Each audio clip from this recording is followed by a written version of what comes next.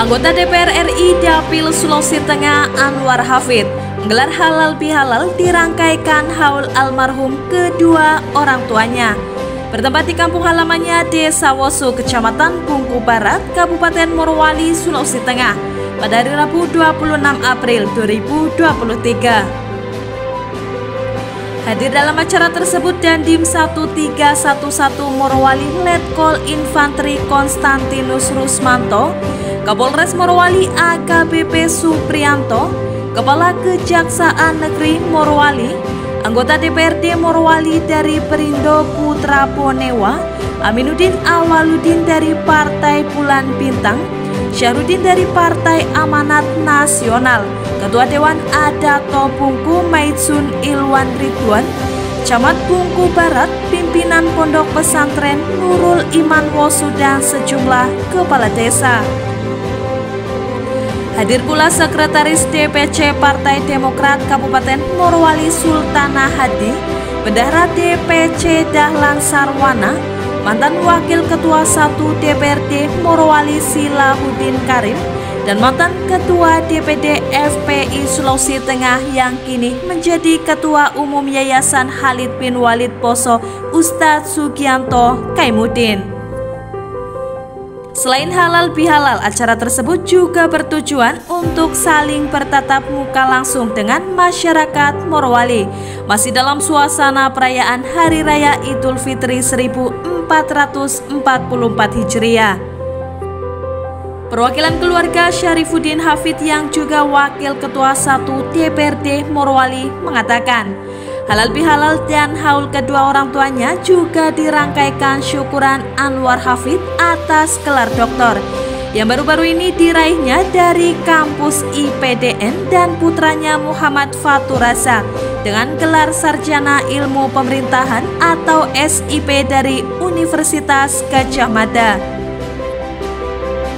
Sementara Anwar Hafid menyampaikan, di momen halal bihalal yang digelar adalah untuk mempererat tali silaturahmi di bulan Syawal, dan tak lama lagi akan memasuki tahun politik di mana situasi akan memanas akibat perbedaan pandangan serta pilihan.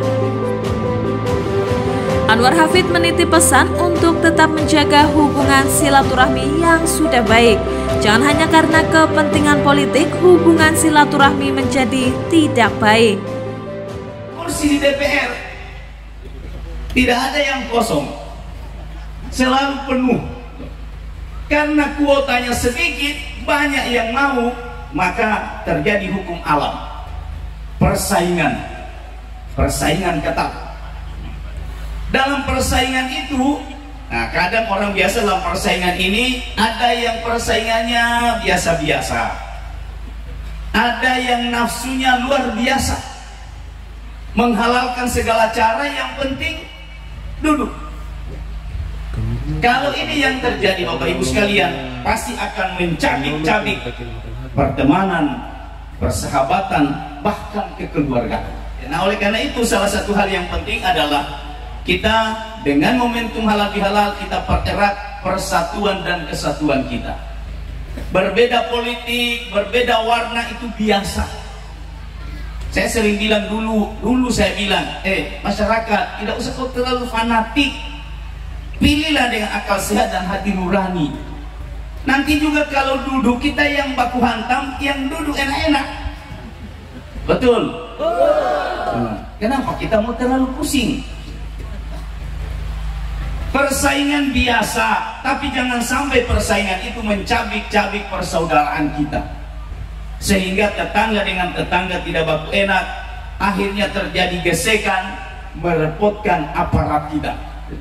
Nah apa yang bikin rusak kita di dalam demokrasi? Saya lama di Komisi 2, kita gali itu apa yang merusak demokrasi kita di Indonesia setelah reformasi. Yang pertama itu adalah politik identitas. Ini yang paling merusak. Yang kau pilih itu bukan orang Bungku, yang kau pilih itu dia bukan orang Bugis, yang kau pilih itu bukan orang Jawa. Kalau itu kita pakai, selesai kacau. Dan kita tidak akan pernah ikhlas Maka oleh karena itu ke depan kalau kita mau negara kita ini baik, daerah kita ini baik, maka hanya satu kuncinya, jangan pakai identitas, tapi pilihlah figur. Lihat figurnya, kan sudah tidak susah sekarang ini. Kalau ada caleg kita sudah bisa lihat, oh siapa ini, anaknya siapa ini, kan baku tahu juga kita apa yang dia bikin selama ini. Kita harus lihat itu, sehingga dengan demikian kita tidak memilih karena suku, agama, ras dan sebagainya. Saya bilang kalau Mr. Gao bisa jadi caleg dan dia bisa berguna bagi orang banyak, kenapa tidak pilih Mr. Gao?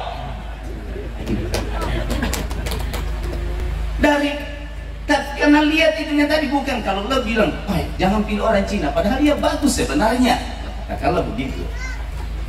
Tapi kalau kita sudah bilang jangan pilih karena orang Cina, sudah tutup semua kebaikan orang. Ini satu ya, politik identitas. Yang kedua, politik hoax. Sekarang main HP orang. Coba lihat sekarang, semua calon presiden itu dibuka semua, dipotong-potong itu semua. Dipotong-potong bicaranya, dipotong-potong videonya, seakan-akan bagi orang yang baru melihat bahwa itulah yang benar. Dia tidak lihat bagaimana sebenarnya latar belakang sehingga timbul bahasa begitu. Dikatakannya Kabupaten Morowali saat ini bukan lagi hanya dikenal di level nasional atau Indonesia saja, akan tetapi sudah berada di level internasional, sehingga pemerintah daerah memiliki tugas berat untuk pentingnya meletakkan pondasi karakter bangsa. Sebagai daerah kawasan industri, kata Anwar Hafid, di mana Bahodopi dengan penduduk sekitar 70.000 jiwa, tentunya memiliki karakter dan latar belakang yang berbeda-beda. Maka dari itu harus ditanamkan nilai-nilai kebangsaan dan kearifan lokal daerah, agar potensi yang dapat mengganggu Kamtibmas dan berdampak pada persatuan maupun kesatuan, serta kemajuan daerah yang telah diperjuangkan bersama selama ini bisa tetap terjaga. Anwar Hafid berharap agar pemerintah daerah terus-menerus menggalakkan budaya kearifan lokal daerah sebagai pondasi pemersatu dengan menanamkan nilai-nilai religius seperti sholat berjamaah, kebaktian dan lainnya bersifat keagamaan yang dulu pernah dirintis dan diterapkannya semasa menjabat Bupati Morowali.